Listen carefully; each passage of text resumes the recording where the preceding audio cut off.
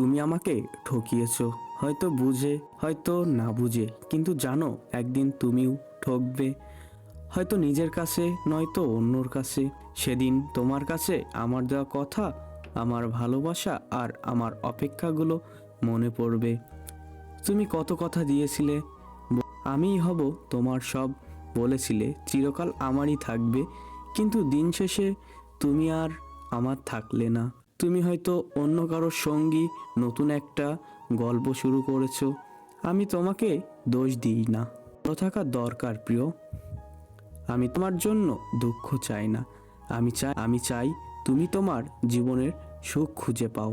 তবে একদিন যখন নিজের মনের গভীরভাবে তাকাবে, সেদিন এগুলো তোমাকে